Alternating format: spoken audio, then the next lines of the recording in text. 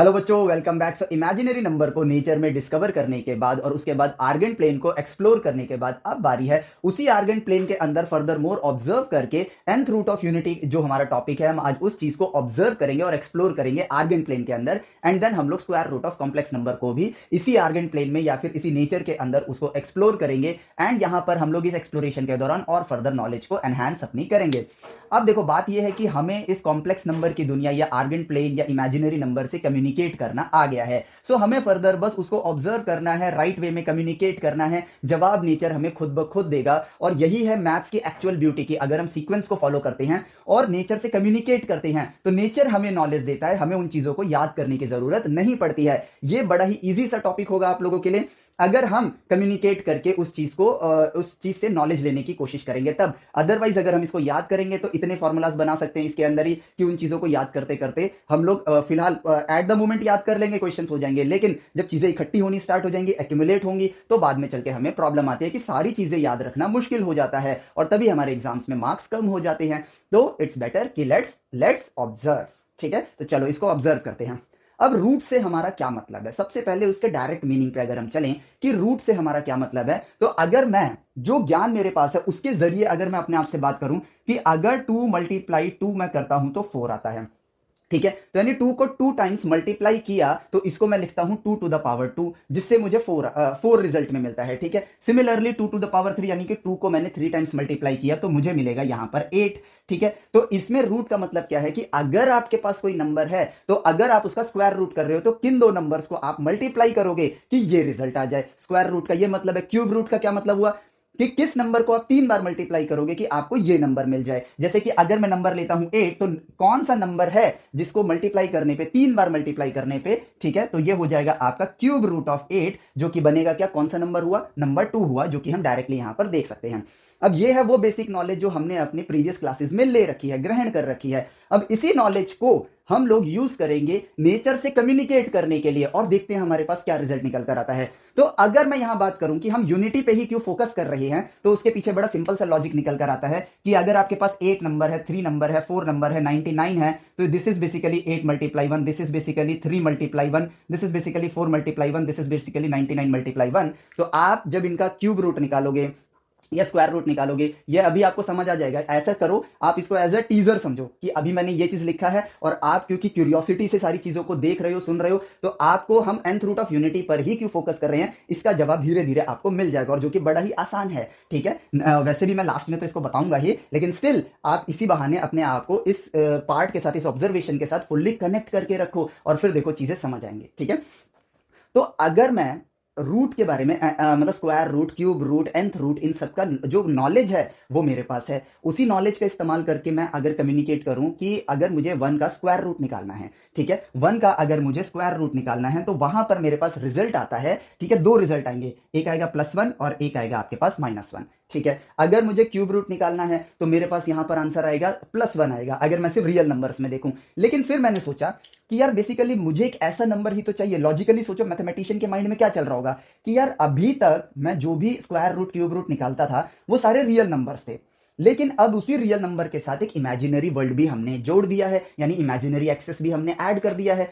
तो क्या imaginary numbers में ऐसे भी तो नंबर हो सकते हैं जिनको अगर मान लो मैं क्यूब रूट निकाल रहा हूं तो उनको अगर मैं 3 बार मल्टीप्लाई करूं तो मेरा आंसर 1 पे आए। और ये चीज हमारे माइंड में क्यों आई, क्योंकि वो जो करेक्ट नॉलेज हमने ली थी कि अगर मैं किसी भी दो नंबर को मल्टीप्लाई करता हूं, मान लो -2 मल्टीप्लाई 3, तो इसको हमने क्या डिस्कवर किया था कि -2 का मतलब है 2 स्टेप्स एट एंगल 180 डिग्री। ठीक है, multiply 3 steps at angle 0 degree. और जब मैं इस तरह से मल्टीप्लीकेशन करता हूं तो 2 मल्टीप्लाई 3 मेरे पास मैग्नीट्यूड में आंसर आ जाएगा 6 स्टेप्स और एंगल्स मेरे ऐड हो जाते हैं, यानी कि एंगल बन गया मेरे पास 180 + 0 एंगल 180 डिग्री। और 6 स्टेप्स एट एंगल 180 डिग्री का मतलब नंबर लाइन पे क्या हुआ आपका, -6 हुआ।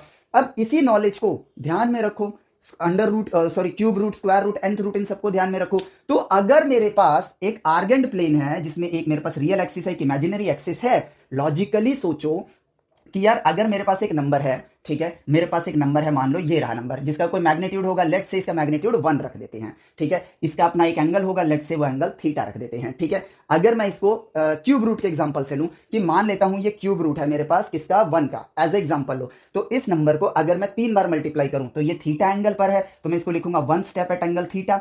अगर मैं इसको 3 बार मल्टीप्लाई करूं, ऑब्जर्व कर रहे हैं हम लोग, 1 step angle theta multiply 1 step at angle theta multiply 1 step at angle theta, तो मल्टीप्लीकेशन में हमने जो ऑब्जर्व किया था उसके हिसाब से क्या हो जाएगा, 1 मल्टीप्लाई 1 मल्टीप्लाई 1 इज 1, और सारे एंगल्स क्या होंगे, ऐड हो जाएंगे, तो ये बन जाएगा 1 step at angle 3 theta.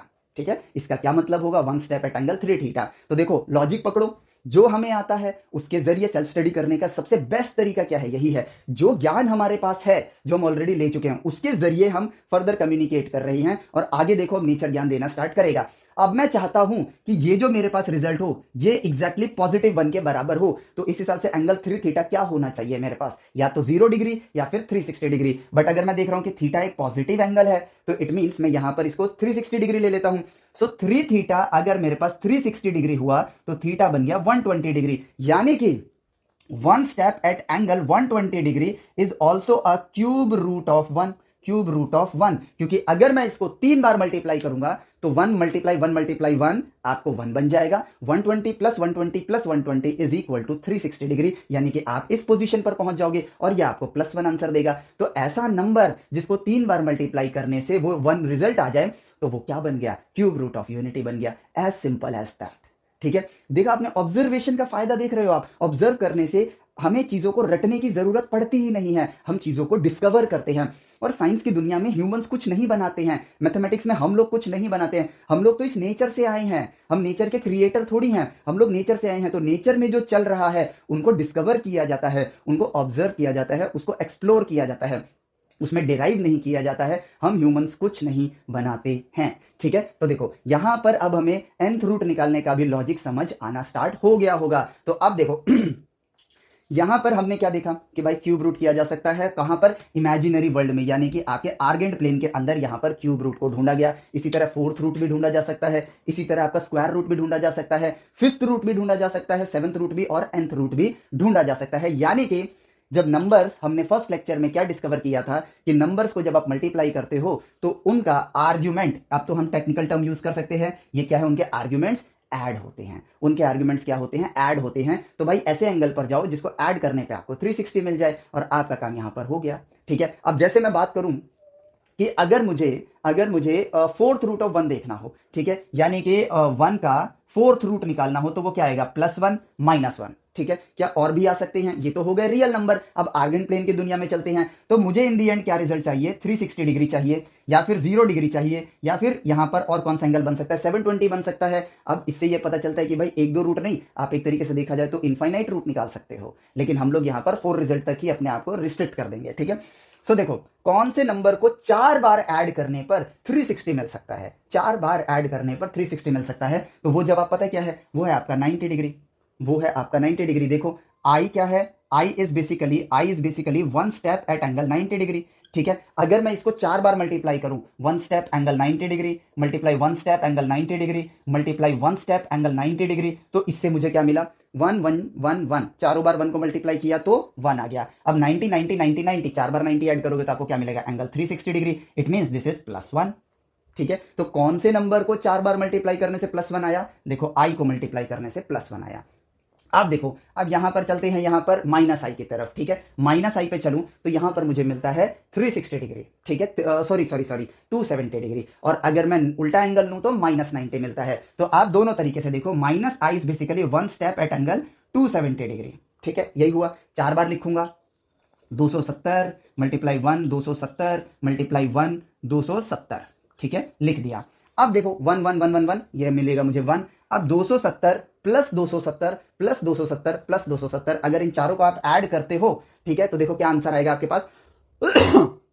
Add करो इसको तो बनता है 270 मल्टीप्लाई 4 कर दो 0, 7 चौके 32, 3 कैरी। ठीक है, 7 चौके 32 ही होता है ना, नहीं नहीं, 7 21 28 होता है। ठीक है, 28 2 कैरी, 4 दूनी 8 8 2 4 दूनी 8 2 10, 1080। ठीक है, 1080 आया। अब देखो ये 360 720, इसमें 360 और ऐड करो, 0 8 7 3 10, 1080, यानी कि आप रियल एक्सिस पे आ चुके हो। इट मींस ये आपको क्या देगा, 1 स्टेप एट एंगल 1080, जो कि बेसिकली क्या है, पॉजिटिव 1 ही है। यानी कि -i का भी अगर आप 4th पावर लोगे तो आपको क्या मिलेगा, 1 मिलेगा, एज सिंपल एज दैट। और हमने nth रूट निकालने की डिस्कवरी मात्र महज ऑब्जर्वेशन से निकाल ली। और वो ऑब्जर्वेशन करने के लिए जो कम्युनिकेशन लैंग्वेज था वो वही था जो हमने अभी तक सीख लिया है। आगे की चीज से पीछे की चीज नहीं खोजी जा सकती है, जो आप अभी तक खोज चुके हो उसी से आप आगे फर्दर डिस्कवरी कर पाओगे। तो वही हमने किया और हमें देखो यहाँ पर रिजल्ट मिल गया। अब ये -1 जो है, -1 की पावर 4 भी +1 होता है। अब इसको एक बार फिर ऑब्जर्व कर लो, -1 is one step at angle 180 degree, और 180 डिग्री को आप 4 बार ऐड करोगे, 180 + 180 360, फिर 180 + 180 360, 360 + 360 720, 720 कहां लाई करता है? पॉजिटिव रियल एक्सिस पे, सो इट बिकम्स +1 एंड आपने यहां पर फोर्थ रूट ढूंढ लिया। तो इस हिसाब से देखा जाए तो आप फिर उसके बाद जो नंबर ढूंढ रहे हो, इस आर्गन प्लेन में एक बार 360 डिग्री आपने चक्कर काट लिया, उसके बाद जो नंबर लोगे इस हिसाब से तो बहुत से नंबर बन जाएंगे। तो आपने कहा, अगर मान लो मैं ये कहूं कि वन स्टेप एंगल 0 डिग्री, इसकी जो पावर 4 है ये आपके लिए +1 है, लेकिन उसी के साथ one step at angle 360 degree मैं अगर ये बोलूं तो इसकी पावर 4 भी तो +1 ही होगा, क्योंकि 360 को आप 4 बार ऐड करो, 1 बार 2 बार 3 बार 4 बार वहीं पहुंच जाओगे। तो वहीं पहुंच जाओगे तो इसका मतलब ये भी +1 होगा। तो इस हिसाब से तो इनफाइनाइट नंबर ऑफ रूट्स बन जाएंगे। तो हमने कहा कि भाई ये काम करो, सीधा सीधा एक आर्गेंट प्लेन में रहो, इसमें जितने रूट आपको मिल रहे हैं बस उनको रखो। ऐसे तो बहुत सारे रूट्स हैं, लेकिन आप अभी सिर्फ इतने ही रूट निकालो जो उसके अंदर है, क्योंकि उसके बाद तो वो रिपीट कर रहे हैं अपने आप को और कुछ नहीं। ठीक है, क्योंकि अगर मेरे पास कोई एक नंबर यहां पर है तो मैं उसको one step at angle 0 degree और one step at angle 360 degree बोल सकता हूं। इट मींस वो साइकिल रिपीट होनी स्टार्ट हो जाएगी। तो आपके यहां पर मेन रूट्स जो हैं वो जो आर्गन प्लेन के अंदर मिलते हैं वही आपके मेन रूट्स हो गए, काम खत्म। ठीक है, तो देखो इतना सिंपल सा लॉजिक है। सो हमने रूट्स निकालना सीख लिया है। अब बात करते हैं nth रूट की, और उसको फिर हम लोग क्या करेंगे, ऑब्जर्व करेंगे और देखते हैं क्या कुछ हमें नया देखने को मिलता है। चलो nth रूट पे चलते हैं। ठीक है, nth रूट पे चलते हैं। nth रूट का मतलब क्या होगा? nth रूट का मतलब सिंपली ये होगा कि एक ऐसा नंबर जिसको n टाइम्स मल्टीप्लाई करने पर ये रिजल्ट आए। अगर मैं 1 का निकाल रहा हूं तो 1 का ऐसा नंबर जिसको n टाइम्स मल्टीप्लाई करूं मैं, ठीक है, n टाइम्स, अगर क्यूब होता तो 3 टाइम्स, पावर 4 होता तो 4 टाइम्स, तो nth पावर है तो n टाइम्स मल्टीप्लाई करने पर रिजल्ट मेरे पास 1 आए। ठीक है, तो लॉजिकली मैं देखता हूं अगर कि मेरे एंगल्स जो है वो तो ऐड होते हैं, तो ये जो +1 है इस पे अगर मैं ये कंप्लीट एंगल लेता हूं दैट इज 360 डिग्री, अगर मैं 360 डिग्री को n से डिवाइड कर दूं, ठीक है, तो मेरे पास यहां पर मान लो n नंबर जो भी है इतने पार्टीशंस क्रिएट हो जाएंगे। हर एक वो नंबर जो इन लाइंस पर आएगा 1 मैग्नीट्यूड के साथ सॉरी थोड़ा वो खांसी वासी हो गई है।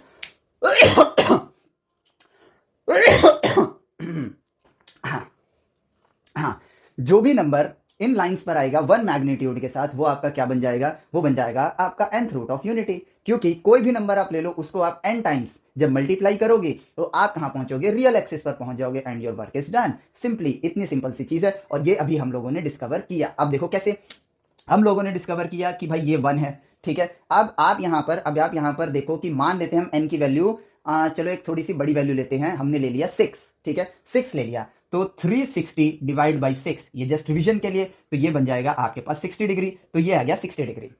ठीक है, 60 को आप 6 टाइम्स जब आप लोगे तो यहां पर क्या होगा? 6 टाइम्स जब आप करोगे तो आप कहां पहुंच जाओगे? 360 पे। तो मैं यहां कहता हूं 1 स्टेप एट एंगल 60 डिग्री। ठीक है, 1 स्टेप एट एंगल 60 डिग्री। इसको अगर मैं पावर 6 करूं तो देखो मेरा रिजल्ट क्या आएगा? पावर 6 आएगा मेरे पास। 60 एंगल जो है मेरे पास 6 बार ऐड हो जाएगा, तो 60 को 6 टाइम्स ऐड करूं तो मेरे पास 360 डिग्री आएगा, क्योंकि 360 को 6 से डिवाइड किया था तो अब वहां पे बेसिकली 6 से मल्टीप्लाई कर दिया तो 360 पहुंच गए। और 1 को 6 टाइम्स आप मल्टीप्लाई करोगे तो क्या आंसर आएगा? 1, और यहां पर हो जाएगा एंगल 360 डिग्री, यानी कि ये क्या हो गया? +1। तो इस नंबर को 6 बार मल्टीप्लाई करने से मुझे क्या मिल रहा है? +1 मिल रहा है। अगला एंगल देखूं अगर मैं, ठीक है, तो अगर ये 60 है तो अगला एंगल क्या होगा? 120 डिग्री होगा। अगर पहला एंगल 60 है तो अगला एंगल क्या होगा मेरे पास? 120 डिग्री होगा। ठीक है, क्योंकि 360 के आपने 6 बराबर हिस्से किए हैं, तो 6 बराबर हिस्से करने का मतलब है कि एक हिस्सा तो 60 डिग्री पर है, ये ब्लू वाले देखना, एक 120 पे होगा, एक 180 पर होगा, एक 180 प्लस यानी कि 240 पर होगा, एक आपका यहां पर होगा ऐसा कुछ होगा। और हाँ, ये हो गए 6 टुकड़े, 1 2 3 4 5 6, 6 बराबर टुकड़े हो गए। ठीक है, तो यहां पर जो भी आपकी वैल्यूज हैं जिसका मैग्नीट्यूड 1 होगा, ठीक है, 1 स्टेप यानी कि 1 स्टेप एट एंगल 120 डिग्री, इसको भी अगर आप 6 बार मल्टीप्लाई करो तो देखो आपको क्या मिलता है? 1 का तो 1 ही रहेगा। 1 120 को 6 टाइम्स मल्टीप्लाई करो तो ये बेसिकली क्या है? ऐसे देख लो, 120 इज बेसिकली 60 प्लस 60। ठीक है, इनको 6 बार आपने ऐड किया यानी कि 6 बार मल्टीप्लाई कर दिया, तो ये क्या हो जाएगा? 360 प्लस 360, और 360 प्लस 360 का मतलब क्या है? 360 आ गए और फिर 360 आ गए यानी 720। इट मीन्स आप रियल एक्सिस पर आ गए हो, और जब आप रियल एक्सिस पर आ गए हो तो आपकी वैल्यू क्या हो जाएगी +1। अगला आंसर देखो, ये होगा वन स्टेप एट एंगल आपका 180 डिग्री। 180 का मतलब क्या है, 180 इज बेसिकली 60 + 60 + 60, और उसको आप 6 बार मल्टीप्लाई करने वाले यानी एंगल्स आपके ऐड होने वाले हैं, तो ये बन जाएगा 360 360 360। तो 3 चक्कर काटे आपने और यहां पहुंच गए, यानी कि अभी भी आप रियल एक्सिस पर हो। आप इस एंगल को ले लो तो ये 4 टाइम्स हो जाएगा, प्लस में 60 हो जाएगा, तो यहां पे प्लस में 360 आएगा। इट मींस अभी भी आप कहां पहुंचोगे, रियल एक्सिस पर पहुंचोगे। 5 वाला लोगे तो उसमें +60 कर दो, यहां पे +360 कर दो, स्टिल आप 5 टाइम्स ऑफ 360 पर पहुंच गए। इट मींस अभी भी आप रियल एक्सिस पर हो। nth रूट ऑफ यूनिटी आप लोगों ने डिस्कवर कर लिया। अब इसको हम कॉम्प्लेक्स नंबर के फॉर्म में लिख लेते हैं, जैसे कि ये क्या है, one step at angle 60 degree. अगर आप इसको देखो तो ये बेसिकली क्या हो जाएगा, इसका x कोऑर्डिनेट क्या होगा, 1 cos 60 डिग्री। cos 60 की वैल्यू क्या होती है आपके पास 1/2, तो ये हो जाएगा 1/2 प्लस ये कितना हो जाएगा √3/2, तो ये हो जाएगा √3/2 i। ये रहा आपका 6th root of unity. 6th root of unity ये रहा। अब चलो 120 पे, तो 120 पे आप क्या नोटिस करोगे, तो अगेन 120 पर ये जो एंगल है 120 है, तो यहां पे देखोगे तो ये एंगल 60 है, तो इसकी मैग्नीट्यूड होगा √3/2 और इसका मैग्नीट्यूड होगा 1/2, बट यहां पर 1/2 माइनस में होगा, तो -1/2 प्लस √3/2 i। 180 पर चलते हैं, 180 पर क्या आ जाएगा -1, ठीक है, -1 + 0i, ठीक है। 180 पर i की वैल्यू तो 0 है। फिर चलते हैं 240 पर, 240 पर आपको क्या मिलेगा, 240 पे ये एंगल 60 है, तो यहां पर हो जाएगा √3/2 और ये एंगल हो जाएगा 1/2, और दोनों माइनस में है, यानी -1/2 - √3/2 i मिल गया। अगला बढ़ते हैं, आपके पास हो जाएगा -60, ठीक है, -60 कह लो या फिर आप कह लो 300 डिग्री का एंगल, तो स्टिल आपके पास यहां पर लेंथ कितनी होगी √3/2 और ये वाली लेंथ कितनी होगी 1/2, तो यहां पर आएगा 1/2 प्लस में -√3/2 i। ये रहे आपके वो सारे रूट्स, और एक रूट आपके पास ये 1 ही है, तो ये हो जाएगा 1 + 0i। और ये रहे आपके वो 6 रूट जो एक आर्गेंट प्लेन में आते हैं, और इन सबको अगर आप देखोगे तो सबके मैग्नीट्यूड अगर आप देख लो तो आप क्या ऑब्जर्व करते हो, 1/2 का स्क्वायर 1/4, √3/2 का स्क्वायर 3/4 कॉमन डिनोमिनेटर आ गया। देखो इनको देखो, ठीक है, 1/4 प्लस 3/4, तो ये हो जाएगा 4/4 अंडर रूट में है, दैट बिकम्स 1, ठीक है। ये क्या बन गया आपके पास 1 बन गया। एंगल कितने 60 को 6 टाइम्स ऐड किया तो 360 पर पहुंच गए, यानी कि +1 आंसर आ गया, ठीक है। सेम मैग्नीट्यूड में तो सबकी वैल्यू वही आने वाली है, तो ये रहे आपके 6th रूट। अब क्योंकि हम अब एक ऑब्जर्वर बन चुके हैं, ठीक है, क्योंकि अब हम एक ऑब्जर्वर बन चुके हैं तो हमें यहां पर भी फर्दर कुछ ऑब्जर्व करना चाहिए, ठीक है। तो उसी चीज को हम ऑब्जर्व करते हैं। हमने देखा था कि यार हमने लास्ट लेक्चर में, जो लेक्चर वाला पार्ट था क्वेश्चन वाला नहीं, उसमें ऑब्जर्व किया था कि आप इनको यूलर नंबर यानी ई के फॉर्म में भी लिख सकते हो, जो कि क्या होगा, कोई भी कॉम्प्लेक्स नंबर अगर है मेरे पास a + ib, तो आप उसको लिख सकते हो REI थीटा, e⁻i थीटा, और r क्या है यहां पर √a² + b², ठीक है। चलो हम ऑब्जर्व करने के लिए हम इसको देखते हैं।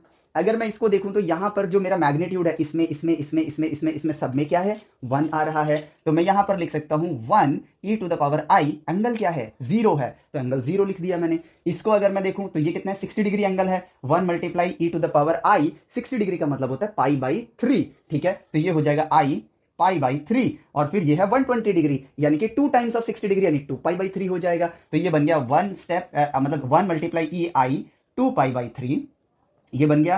अब 1 1 बार बार क्या लिखूं, चलो लिख देता हूं i पाई बन जाएगा क्योंकि ये 180 डिग्री एंगल है, ये 0i, ठीक है। और ये बन जाएगा आपके पास 1 e⁻i 2 3, आप इसको सीक्वेंस में लो तो 3π/3 हो गया, 3 से 3 सीधे कट गया, ठीक है। तो ये हो जाएगा 4π/3, और यहां देखो ये बन जाएगा 1 ei 5π/3, ठीक है। एंड सी इसके बाद से जो नंबर आएंगे वो फिर फर्दर रिपीटेशन देंगे, यानी कि रिपीट करेंगे। जैसे अगला क्या होगा 6π/3, अगर मैं 6π/3 को देखता हूं तो वो क्या हो जाएगा 2π ही बन गया। और फिर अगला क्या होगा 7π/3, जो कि ये वाला नंबर होगा, 8π/3 इसी पोजीशन पर होगा, 9π/3 10π/3, ठीक है, 11π/3 एंड देन फिर 12π/3, और 12π/3 4π होता है, यानी कि साइकिल चलनी स्टार्ट हो गई। और अब देखो, अब आप क्या नोटिस कर पा रहे हो, जस्ट ऑब्जर्व करो। ऑब्जर्वेशन ही वो तरीका है जहां से चीजों को एज अ नॉलेज हासिल किया जा सकता है। अगर इन चीजों को हम ऑब्जर्व करें तो क्लियरली मेरा माइंड यहां पर क्या कह रहा है उस चीज को देखना। इसको मैं 0 के बजाय 0π/3 लिखता हूं, ठीक है, या 0 भी रहने तो कोई बात नहीं। चलो पहला क्या था 1 था,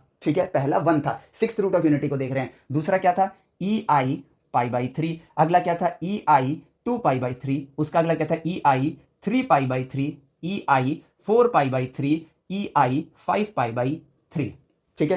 6 रूट्स हैं, लास्ट नंबर आपका 6 ना होकर क्या हुआ, 5 हुआ, क्योंकि आप शुरू कर रहे हो 0 एंगल से, इसलिए आपको क्या मिलेगा, 5 मिलेगा। अब देखो अगर मैं इसको, ठीक है, 11th के बच्चों के लिए मैं पहले एक डिस्क्लेमर दे देता हूं, अगर आपने जीपी नहीं पढ़ा है but still it's a series जिसमें कि चीजों का कॉमन रेशियो सेम होता है। एपी आप लोग 10th में पढ़ चुके हो, तो एपी में क्या होता है, कॉमन डिफरेंस होता है, बट जीपी के अंदर आपके लिए कॉमन रेशियो होता है। तो यहां पर हमें कॉमन रेशियो दिख रहा है, क्योंकि देखो अगर आप ध्यान से देखो तो आपको एक चीज समझ आती है, इसको अगर मैं इससे डिवाइड करूं तो क्या आंसर आएगा, ई आई पाई बाई 3। अगर अब मैं इसको इससे डिवाइड करूं तो क्या आएगा, ई आई 2 pi by 3 divide by E i pi by 3, और ये क्या हो जाएंगे, माइनस हो जाएंगे, ई आई पाई बाई 3 बचेगा। देखो कॉमन रेशियो सेम आया। अब 3 में से 2 माइनस करूंगा, 3 पाई by 3 divide by 2 pi by 3, तो आपको आंसर क्या मिलेगा, ई आई पाई बाई 3 ही मिलेगा। 4 डिवाइड बाई, ये डिवीजन में आएगा तो 4 माइनस 3 पाई हो जाएगा, यानी again E i pi by 3 आएगा। 5 में से 4 करूंगा तो again E i pi by 3 आएगा। इट मीन्स दिस सीरीज, ये जो अपने रूट निकाले हैं ये जीपी के अंदर हैं, और ये हमने नहीं बनाया, ये हम लोगों ने डिस्कवर किया। ठीक है, कैसे किया, जब हम nth रूट को देख रहे थे, ऑब्जर्व कर रहे थे, तो हमको ये नजर आना स्टार्ट हुआ, तो माइंड में ये चीज स्ट्राइक हुई। और अब आप खुद ही सोच सकते हो कि एक्चुअली में चैप्टर हार्ड नहीं है, हमने ऑब्जर्व नहीं किया, और आईआईटीज क्या करेंगे, एक जीपी के ऊपर इस वाले पार्ट में से क्वेश्चन बना के दे देंगे, और जब वो क्वेश्चन बना के देंगे, क्योंकि वो पार्ट हमने ऑब्जर्व किया ही नहीं है, और जब किया नहीं है तो हम कहेंगे जेई मेंस और जेई एडवांस बहुत टफ हैं, क्योंकि ये तो भाई अलग ही लेवल के क्वेश्चन बना रहे हैं। बट ये अभी भी हमारे सिलेबस के अंदर ही है, सिलेबस से बाहर वो लोग नहीं गए। वो ये चेक करना चाहते हैं कि क्या आप एक ऑब्जर्वर हो या नहीं हो, तो चीजों को ऑब्जर्व करो। और यहां पर हम लोग एक और एज अ टीचिंग लाइन में हम लोग ये गलती करते हैं कि हम डिस्कवर करने के बजाय ना इनको टिप्स एंड ट्रिक्स बना के दुनिया को पेश करना स्टार्ट कर देते हैं। ठीक है, यहीं पर सबसे बड़ी गलती होती है। और अब देखो अपनी ऑब्जर्वेशन को हम जारी रखते हैं। लेट से ये 1 है, e to the power i pi by 3 को मैं लिखता हूं अल्फा, तो इसको मैं क्या लिख सकता हूं, ध्यान से देखो, e i pi by 3 to the whole power 2, क्योंकि पावर की पावर जो मल्टीप्लाई होती है, और ये बेसिक ज्ञान है जो हमारे पास ऑलरेडी है, तो ये क्या बन गया, अल्फा स्क्वायर, ऐसे लिख सकते हैं। सिमिलरली पाई बाई 3 को अंदर रखो, पावर 3 बाहर ले जाओ, अल्फा क्यूब, अल्फा 4, अल्फा 5। ठीक है, एंड ये सीरीज क्या है, आपकी जीपी है। और अगर ये जीपी है तो इन सबको ऐड कर दो। जीपी में आप क्या करते हो, समेशन ही तो निकालते हो, तो मन किया तो भाई समेशन निकाल दिया।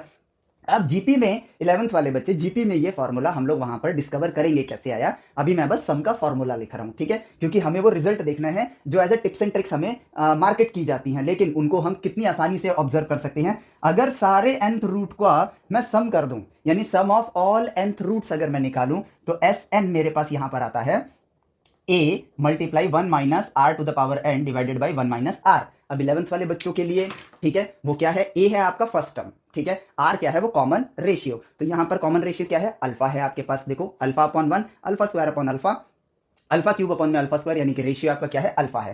तो a तो वैल्यू 1 हो गई, कोई जरूरत नहीं है लिखने की। 1 minus alpha to the power n whole divided by 1 minus alpha. ठीक है, और अब अपने दिमाग के घोड़े दौड़ाओ और देखो भाई ये अल्फा क्या है, nth रूट ऑफ यूनिटी है। अगर nth रूट है और उसकी पावर में n कर दूं तो वो क्या बन जाएगा, 1 का nth रूट है और उसकी पावर में n कर दूं तो वो 1 ही तो बन जाएगा, यस और नो। तो ये क्या बन गया, 1 माइनस 1 डिवाइडेड बाई 1 माइनस, और अल्फा आपका 1 नहीं है, वो मैग्नीट्यूड में 1 है, लेकिन है तो वो एक इमेजिनरी नंबर।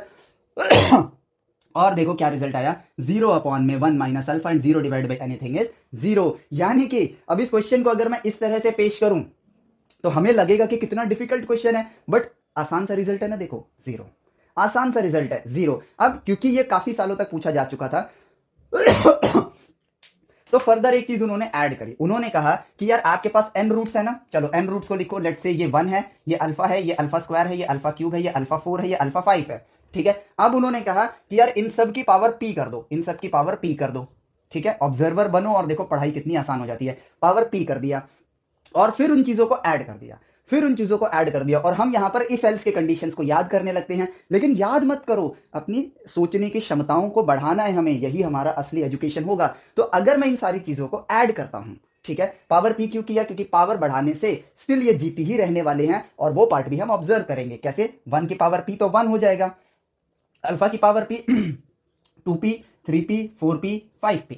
ठीक है, ये देखो कॉमन रेशियो देखो, alpha P divide by 1 it's alpha P, alpha 2p divide by alpha P, तो यहां पर आपको क्या मिलेगा, alpha 2p divide by alpha P, तो ये बन जाएगा अल्फा 2p माइनस p जो कि हुआ अल्फा p, यानी कि देखो पहले दो टर्म्स का जो कॉमन रेशियो था अगले दो टर्म्स का कॉमन रेशियो वही है, 3p माइनस 2p इस p अगेन वही common ratio, 4p minus 3p again वही कॉमन रेशियो, तो ये भी एक जीपी बना रहे। अब इस पर क्वेश्चंस बनाने स्टार्ट कर दिए, और अब अगर मेरे पास कॉमन रेशियो अल्फा की पावर p है, तो अगर मैं इसी फॉर्मूले को उठाता हूं जो कि वही उठाना ही है हमें, तो यहां पर Sn बनता है 1 minus common ratio is alpha p to the whole power n divided by 1 minus alpha की पावर p बन गया।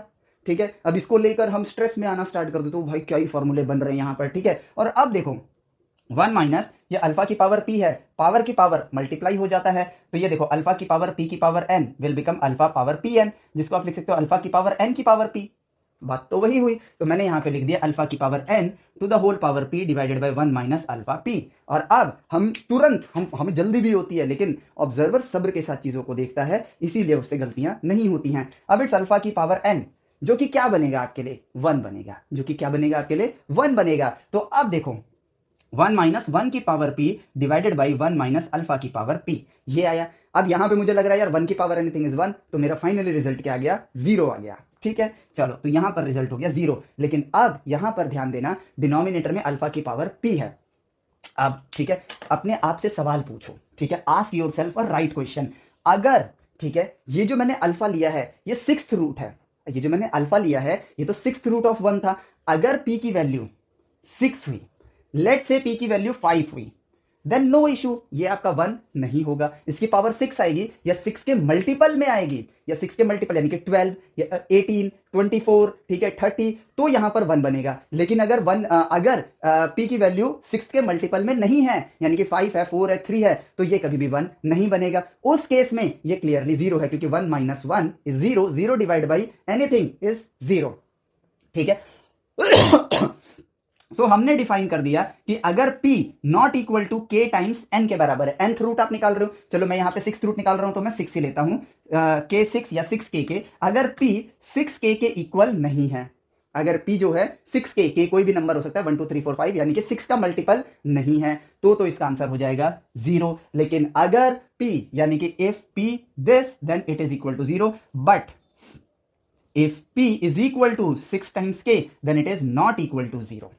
क्यों नहीं होगा? क्योंकि उस केस में आपको मिलेगा 0 डिवाइड बाई 0, और हमने तो कैलकुलस को पढ़ा ही है। ठीक है, खैर हमें यहाँ कैलकुलस नहीं लगाना है अभी, लेकिन 0 बाई 0 की अगेन हम लोगों ने डिस्कवरी करी कॉम्प्लेक्स नंबर की दुनिया के अंदर, और इसका कोई एक वैल्यू होगा जो कि है, जिसके लिए आप बिना कैलकुलस लगाए भी आंसर तक पहुंच सकते हो। अब देखो कैसे, p आपका क्या है 6 की पावर k है। ये जब हम चीज जब फॉर्मूलाज याद करते हैं ना, तो हम हमेशा आगे चल के परेशान होते हैं, और इसको 11th वाले बच्चे, अगर 12th बच्चे और ड्रॉपर्स जो हैं वो तो क्या कहते हैं जीपी को देख चुके हैं, बट स्टिल उन्होंने इस बात पर गौर नहीं किया होगा जिस बात पर गौर अब हम यहां करने जा रहे हैं।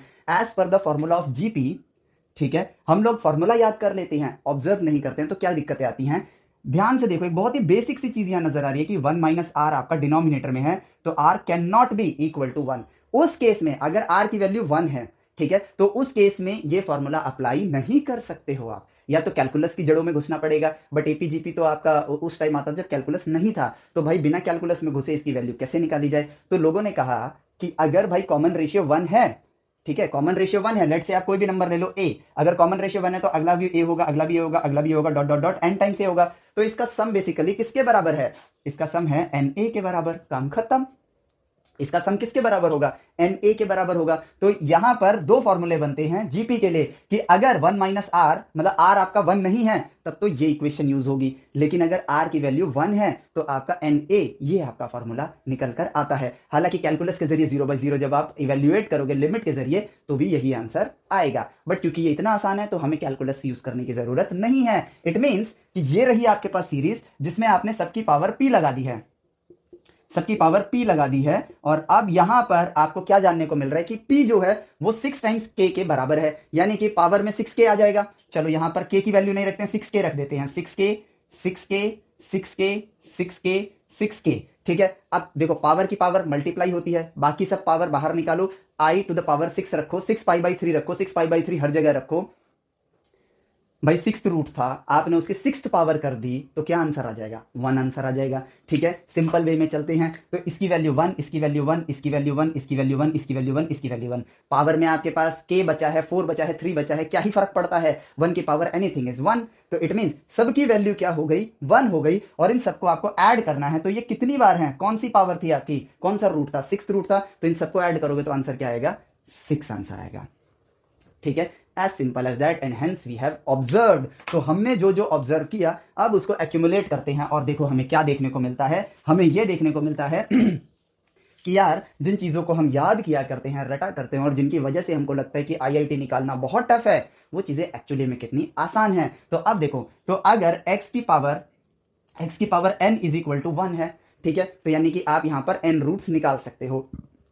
और वो सारे रूट्स आपके किस में आएंगे? वो सारे रूट्स आपके देखो इस तरह आएंगे। अगर मैं रूट्स निकालूं तो एक तो होगा e to the power i zero, simple. ठीक है, एक होगा, यानी कि ये बेसिकली वन है, पहला तो वन ही हो जाएगा। फिर हो जाएगा e to the power i 360 degree, यानी कि 2 पाई। इसको मेरे को n टाइम n से डिवाइड कर देता हूं। n से डिवाइड कर दूंगा तो n बराबर टुकड़े हो जाएंगे। ठीक है, n से जब आपने डिवाइड कर दिया तो यहां पर पहला एंगल क्या बनेगा? 2 पाई बाई n। अगला एंगल क्या बनेगा? आपके पास पहला क्या है? 2 पाई बाई n। तो अगला क्या होगा? 2 टाइम्स 2 पाई बाई n, यानी कि 4 पाई बाई n आएगा। उसका अगला क्या होगा? 3 टाइम्स 2 पाई बाई n, यानी कि 3 2 जा 6, 6 पाई बाई n आएगा। तो मिल गया मेरे को e to the power i 2 pi by n। ठीक है, इसका आप n टाइम्स पावर n करो, देखो क्या आंसर आएगा। जब आप पावर n करोगे तो n से n डिवाइड होके क्या बन जाएगा? One. e to the power i 2 pi, 2 pi कौन सा होता है? रियल एक्सिस होता है। अगले पे बढ़ते हैं, e to the power i 4 pi by n। ठीक है, अब इसकी पावर n करोगे तो n से n डिवाइड हो जाएगा 4 पाई, यानी कि आप रियल एक्सिस पर हो। अगला क्या होगा? 6 पाई रियल एक्सिस, 8 पाई रियल एक्सिस। मिल गए आपको सारे रूट्स। तो सारे रूट्स लिखने का जो आसान सा तरीका हमने डिस्कवर कर लिया ऑब्जर्वेशन के जरिए, वो ये है e to the power i zero, या फिर आप पहला लेटर वन लिख लो, e to the power i 2 pi by n, e to the power i 4 pi by n, e to the power i 6 pi by n, e to the power i 8 pi by n। ठीक है, dot dot dot dot dot e to the power i. ठीक है, यहां पर nth root तक जाना है हमें। ठीक है, nth रूट तक जाना है। सिक्स वाले पार्ट में आपने क्या देखा था कि आप e to the power i 5 pi by n तक गए थे, क्योंकि जब आप 6 पाई बाई मतलब e to the power i 6 pi by 3 पर जाओगे तो वो क्या बन जाएगा? आप वापस से पॉजिटिव एक्सिस पर आ चुके हो, रियल एक्सिस पे, यानी अब साइकिल रिपीट होगी। तो आप यहां पर 8 9 10, अगर इस तरीके से देखो तो ये 8 9 10 ना देके 2 पाई बाई n लो, और यहां पर इससे मल्टीप्लाई होगा n-1। ठीक है, लास्ट टर्म क्या है? e to the power i 2n-1 pi whole divided by n। ये आपका लास्ट रूट होगा एक सिंगल आर्गेंट प्लेन के अंदर। उसके बाद तो आप रिपीट करना स्टार्ट कर दोगे। तो ये बन जाएगा 1, ये बन जाएगा अल्फा, ये बन जाएगा अल्फा स्क्वायर, ये बन जाएगा alpha cube, alpha 4 equal to, ये लास्ट वाला बनेगा dot dot dot equal to alpha की पावर n-1। और ये किसमें है? ये आपका जीपी में है। ठीक है, तो यहां पर 1 plus alpha square plus dot dot dot dot dot alpha n-1।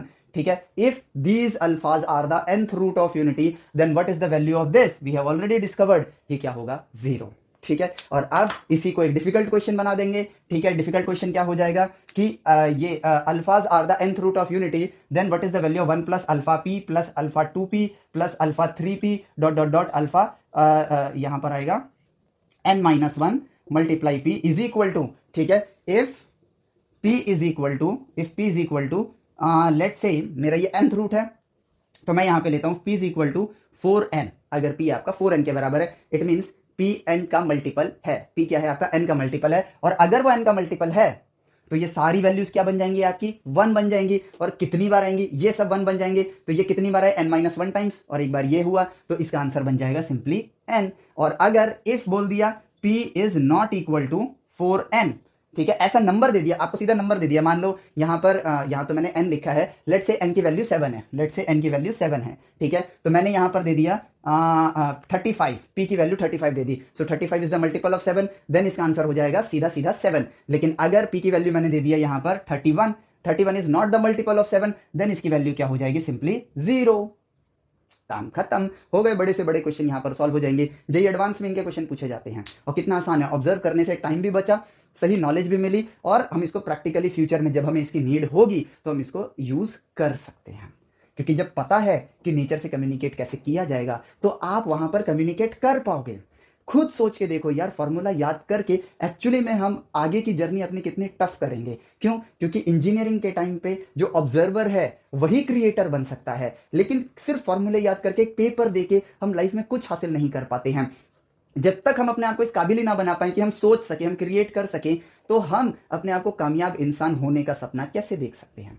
Logically सोच के देखो। इसीलिए ऑब्जर्वेशन के जरिए चीजें आसान होती हैं, और आप देख भी पा रहे हो कि एक्चुअली में हम यार चाहते तो यार ये 3 फॉर्मूले स्टार्टिंग में आपको याद करा देते कि भाई देखो, इफ ये होगा, इफ वो होगा तो कर देना बेटा, परिश्रम करने से ही आगे बढ़ोगे, ये फॉर्मूले आपको दिमाग में रखने ही होंगे, अगर नहीं रखोगे तो आईआईटी का सपना भूल जाओ। ये फॉल्स स्टेटमेंट है, ठीक है? एक्चुअली में जब तक आप चीजों को याद करोगे, ठीक है, सच में भूल जाओ कि आईआईटी आपके लिए, आईआईटी में आप जा सकते हो, लेकिन अगर आप राइट ऑब्जर्वेशन के थ्रू जाओगे ना, ठीक है, तो आप आईआईटी में भी जा सकते हो, और आईआईटी आपके लिए इंपॉर्टेंट नहीं भी होगा, क्योंकि आपके लिए सबसे ज्यादा इंपॉर्टेंट आप खुद हो। अपनी वैल्यू अगर करनी है तो सिंपली राइट डायरेक्शन में पढ़ाई करो, क्योंकि जिसके पास ज्ञान है वो सर्वोपरि है। जिसके पास ज्ञान नहीं है वो चाहे आईआईटी में चला जाए, चाहे एमआईटी में चला जाए, फर्क नहीं पड़ता है, ठीक है? रट रट के भी इंडिया में हम लोग चीजों को याद करके भी आईआईटी में जा रहे हैं, इसमें कोई दो राय नहीं है, लेकिन वो कामयाबी की सीढ़ी नहीं बन पा रहे, वो भीड़ में ही बस आगे खड़ा है। कामयाब इंसान भीड़ से हट के खड़ा होता है, वो भीड़ उसके पीछे जाने के सिर्फ सपने देखती है, क्योंकि भीड़ वो हिम्मत नहीं दिखा पाती जो हिम्मत उसको उस भीड़ से हट के अलग रास्ता चुनने के लिए प्रेरित करे। तो आपको चूज करना है ये, ठीक है? इसके लिए हमें इतना ज्यादा सैड होने की जरूरत नहीं है। सिंपली आई लव साइंस, तभी मैंने साइंस लिया 11th में आके, ठीक है? मुझे साइंस पसंद है और मैंने साइंस लिया है नेचर को एक्सप्लोर करने के लिए। बट अब मैं क्या कर रहा हूं? मैं एक्सप्लोर कर रहा हूं? नहीं कर रहा हूं। मैं बस लगा पड़ा हूं एक रेस में, जिस रेस के अंदर एंड रिजल्ट सिर्फ एक कॉलेज है। इतनी ज्यादा घिसाई करने के बाद मुझे क्या मिल रहा है? क्या मेरे पास एक इंडिपेंडेंट थिंकिंग है? नहीं है। मेरे पास एक रूल को फॉलो करने की थिंकिंग है, और जो रूल्स की बंदिशों में बंध के अपनी लाइफ को जिएगा, वो एक इंडिपेंडेंट थिंकिंग एक बड़ा साम्राज्य कैसे खड़ा करेगा? इस सोच को बारे में सोचो एक बार, कि कहीं ना कहीं हर किसी को इंडिपेंडेंस ही चाहिए, बट क्या वो इंडिपेंडेंस हम हासिल कर रहे हैं? हमारी सोच तक इंडिपेंडेंट नहीं है, हम डिपेंडेंट होकर पढ़ाई कर रहे हैं। हमें लगता है कि यार कोई बताए हमें कि ये कैसे होता है, ये कैसे होता है। हम कोचिंग भी डर से जाते हैं कि हम कहीं, एक फोमो क्रिएट होता है कि यार हम कहीं भीड़ में पीछे ना रह जाए। भाई जब तक डरोगे कदम आगे नहीं बढ़ेंगे। Simply it's an observation. जिन वैज्ञानिकों ने खोजा था वो तो कोचिंग कोचिंग के पीछे पागल नहीं थे ना, वो किताबों के अंदर तो नहीं ढूंढ रहे थे ना उन्हें, वो ऑब्जर्व कर रहे थे। तो जब वो लोग ढूंढ सकते हैं तो हम क्यों गलत रास्ते पे चल रहे हैं? हम भी अपने आप को पढ़ाई के दौरान एज अ ऑब्जर्वर अपने आप को रखें और सही लर्निंग ले, क्योंकि इन दी एंड साइंस लेके अगर मैं साइंस की दुनिया में एंट्री नहीं करता हूं तो क्या फायदा? हम कहते हैं कि एक इंजीनियर छोड़ के सब कुछ बन जाता है। भाई वो बनना उसकी मजबूरी होती है, क्योंकि इंजीनियरिंग उसने समझ ही नहीं पाया, वो इंजीनियरिंग वो समझ ही नहीं पाया। चीजें एक्चुअली में इतनी आसान है ना, बस हमने साइंस की दुनिया में ही गलत राह चुन रखी है। कॉमर्स वाला बंदा कॉमर्स में क्यों रहता है? ठीक है, मतलब लॉजिकली सोचो, बेशक वहां पे भी बहुत सारी चीजों में हम गलती करते होंगे, बट वहां पर एटलीस्ट एक डायरेक्शन है कंपेयर्ड टू साइंस, ठीक है? वहां पर भी बहुत बुरा हाल है, ऐसा नहीं करेगा, वहां बहुत सही है। कंपेयर टू साइंस वहां पे थोड़ा सा चैनलाइज फॉर्म में है, इसलिए वो अपनी दुनिया में चीजों को ढूंढ लेते हैं। साइंस की दुनिया में हम साइंस को साइंस के नजरिए से ना लेकर ये एक एंट्रेंस एग्जामिनेशन की रेस में दौड़ दौड़ के ना actual way of learning science या actual way of doing science ये कभी सीख ही नहीं पाते हैं। और जब सीख नहीं पाते हैं तो हम इंजीनियर्स नहीं बनते, हम डिग्री होल्डर्स बनते हैं, जिनकी नीड दुनिया को नहीं है। हाँ, बेसिक जॉब्स है, जॉब के लिए नीड है। जॉब में आप थोड़ी ना अपने स्किल सेट को उभार रहे हो या अपने आप को आगे ले जा रहे हो। जॉब इज लाइक दिस कि यार मेरे पास तो $1 बिलियन का प्रोजेक्ट है, अच्छा इसको करने के लिए 1000 लोग चाहिए, चलो 1000 इंजीनियर हायर करो, इन लोगों से इनके इनके स्किल्स के हिसाब से काम करा लो। कोडिंग कोडिंग के नाम पे हमें लगता है कि हम सी में कोडिंग लिख रहे हैं तो हम बड़ा काम कर रहे हैं। नहीं भाई, कोड क्रिएट करना इज इंजीनियरिंग, कोडिंग करना इज नॉट इंजीनियरिंग। इस फैक्ट को समझो, मशीन बनाने वाला इंजीनियर है या मशीन चलाने वाला इंजीनियर है? लॉजिकली इस बात को सोच के देखो, ठीक है? जो मशीन, अब जेम्स वॉट ने जब स्टीम इंजन बना दिया तो वो इंजीनियर कहलाए, ठीक है? लेकिन जब कोई पर्सन उसको चला रहा है, ठीक है, जो मान लो रेलवे लोको पायलट होता है जो उसको चला रहा है, तो वो इंजीनियर की कैटेगरी में नहीं आएगा। या फिर दूसरे लोग जो उस मशीन को बना रहे हैं, तो उस मशीन को दोबारा से बनाना is not engineering. Creating something new is called engineering, ठीक है? बाकी उसके बाद जब आप उसको रिपीट करते हो, इट बिकम्स क्या बोलते हैं उसको, वर्किंग या जॉब या कुछ भी कह लो इसको, ठीक है, मैन्युफैक्चरिंग कह लो, इट्स नॉट इंजीनियरिंग, ठीक है? इंजीनियरिंग के मतलब को समझो। कामयाब इंसान वो नहीं है जो काम करता है, कामयाब इंसान वो है जो इस दुनिया को कुछ नया देता है। और आप अगर वो नया देना चाहते हो तो साइंस की दुनिया को ऑब्जर्वेशन के रास्ते ही, उस दुनिया में ऑब्जर्वेशन के रास्ते ही आगे बढ़ो, सच में कामयाब बन जाओगे, ठीक है? चलो, चलो, तो भाई यहां पर हम लोगों ने चीजों को डिस्कवर किया। अब आपकी बारी है यहां पर चीजों को सेल्फ स्टडी करके nth रूट को सेल्फ ऑब्जर्व करो एक बार, ठीक है, और उसके बाद आप लाइफ टाइम इसको कभी नहीं भूलोगे, ठीक है। चलो अब देखते हैं स्क्वायर रूट निकालना। तो भाई यहां पर है मेरे पास a प्लस आई बी, मुझे इसका स्क्वायर रूट निकालना है, ठीक है। आप देखो लॉजिकली सोचो, ठीक है, L H S equal to R H S, basic ज्ञान है, ठीक है। मान लेते हैं ये x प्लस आई वाई के बराबर है। भाई वाई कुछ भी हो सकता है, रियल नंबर भी हो सकता है, ठीक है, अनरियल नंबर भी हो सकता है, सॉरी इमेजिनरी नंबर भी हो सकता है। तो स्टिल हमने एक रियल नंबर को भी ऐसे लिख सकते हैं, अगर रियल नंबर होगा तो वाई की वैल्यू 0 आ जाएगी, और प्योर इमेजिनरी होगा तो एक्स की वैल्यू 0 आ जाएगी, काम खत्म। तो इसका भाई स्क्वायर रूट अगर हम निकालते हैं तो हमें क्या देखने को मिलता है, हमें देखने को मिलता है कि a plus i B is equal to x plus i Y. अब स्क्वायर रूट है, चलो एक काम करो स्क्वायर कर दो, ठीक है। तो ये बन जाएगा a plus i B is equal to x plus i y का होल स्क्वायर। सॉल्व करो इसे, x square plus i square y square plus 2xy i, ठीक है। a प्लस आई बी, देखो रिजल्ट खुद आ गया, a plus i B is equal to x square minus y square plus 2xy i. अब दो कॉम्प्लेक्स नंबर कब equal होते हैं, जब उनकी रियल वैल्यू सेम होती है और इमेजिनरी वैल्यू सेम होती है, कॉमन सेंस, ठीक है। It means x square minus y square is equal to a and 2xy is equal to b. इन दोनों इक्वेशंस को सॉल्व करना है, क्योंकि दो अननोन है और दो इक्वेशंस हैं, एक्स वाई की वैल्यू इनको सॉल्व करके मिल जाएगी, और जब एक्स वाई की वैल्यू मिल गई यहाँ पे पुट कर दो, square root of a plus i B हम लोगों ने डिस्कवर कर लिया, काम खत्म, ठीक है। चलो अब बढ़ते हैं आपके, अब देखो चीजें कितनी फटाफट होंगी। और ये हम लोग स्क्वायर रूट और क्यूब रूट के ऊपर, क्यूब रूट ऑफ यूनिटी के ऊपर बहुत से क्वेश्चंस पूछते हैं, ठीक है। तो भाई square root of unity, square root of unity, ठीक है। स्क्वायर रूट ऑफ यूनिटी हमारे पास क्या है, वो है हमारे पास 1 माइनस 1, ठीक है। अब बढ़ते हैं अगले पार्ट पे, cube root of unity. Cube root of unity यानी कि 360 डिग्री के 3 हिस्से करने हैं, ठीक है। तो यहां पर मैंने आर्गन प्लेन बनाया, 360 के 3 हिस्से करूंगा तो 120 डिग्री का एंगल आएगा। वन स्टेप में चला गया कहां पर, one step at angle 120 degree, फिर अगला चला गया मैं one step at angle 240 degree, और फिर अगला हो जाएगा मेरे पास, वो तो वापस से साइकिल शुरू हो जाएगी। एक तो मेरे पास ये हो गया one step at angle 0 degree, ठीक है। तो one step at angle 0 degree is 1, one step at angle 120 degree is, ठीक है। यहां पर देखो ये कितना एंगल होगा, 60 डिग्री होगा। ये हो जाएगा 1 कॉस 60 कितना होता है 1/2, तो यहां पर आएगा 1/2 प्लस √3/2 आई, ये 1/2 माइनस में है, ठीक है। तो माइनस 1/2 प्लस √3/2 आई। फिर आएगा मेरे पास, ये देखो ये क्या आएगा मेरे पास, अगेन ये 60 डिग्री एंगल है, तो माइनस 1/2 माइनस √3/2 आई। थर्ड क्वाड्रेंट में है, एक्स और वाई दोनों आपके नेगेटिव होंगे। ये मिल गए क्या मुझे, क्यूब रूट ऑफ यूनिटी। अब आप इन दोनों को देखो, देख पा रहे हो, क्योंकि दिख रहा है ये और ये एक दूसरे के कंजुगेट है, ये और ये एक दूसरे के कंजुगेट है, ठीक है, यस और नो।